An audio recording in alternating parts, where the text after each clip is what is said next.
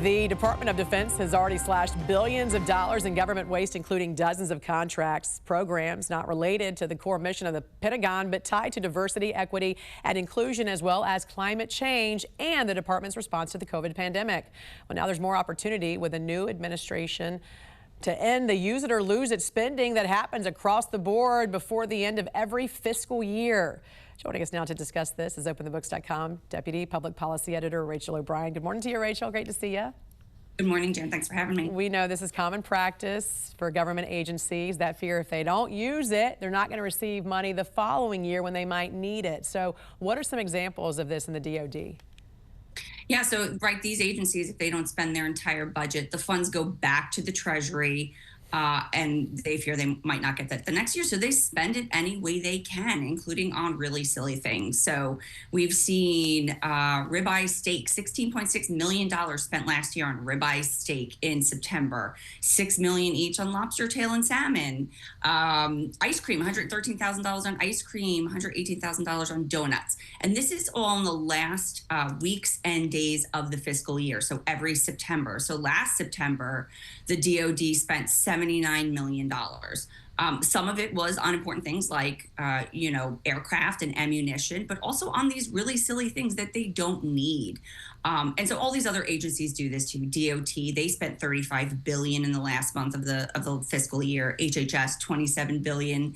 The VA, $12 billion, Department of Energy, $9 billion, and it's not necessary. They should be held accountable for really misspending these funds. Yeah, and quite frankly, this, as you mentioned, the end of last fiscal year during the Biden administration, already lawmakers say Defense Secretary Pete Hegseth has done a great job getting rid of some Biden-era programs that did not bolster our national security or warfighting capabilities. So what's the Pentagon's 2026 budget?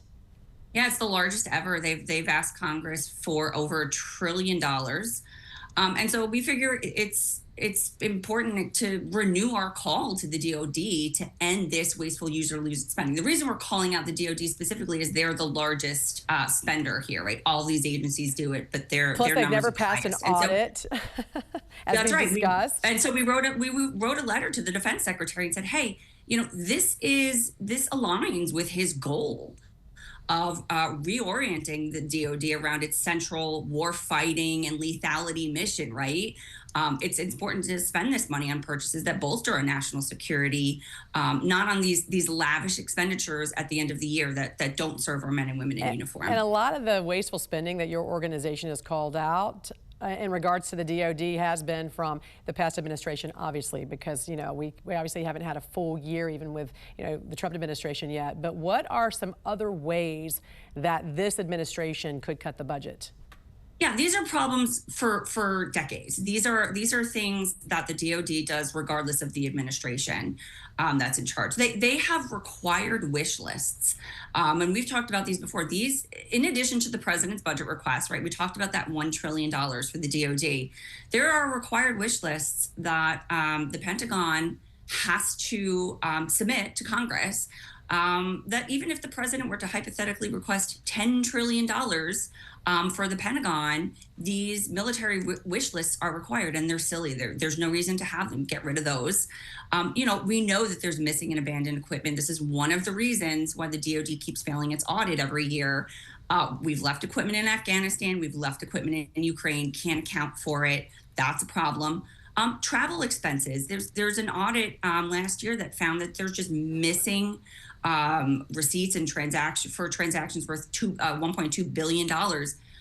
They're not able to review them to see if they've been wasteful or fraudulent, just because they don't have access to a payment system.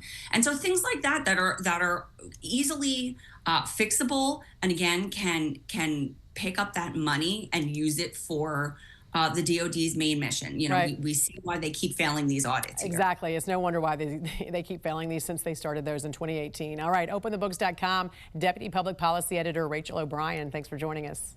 Thanks for having me.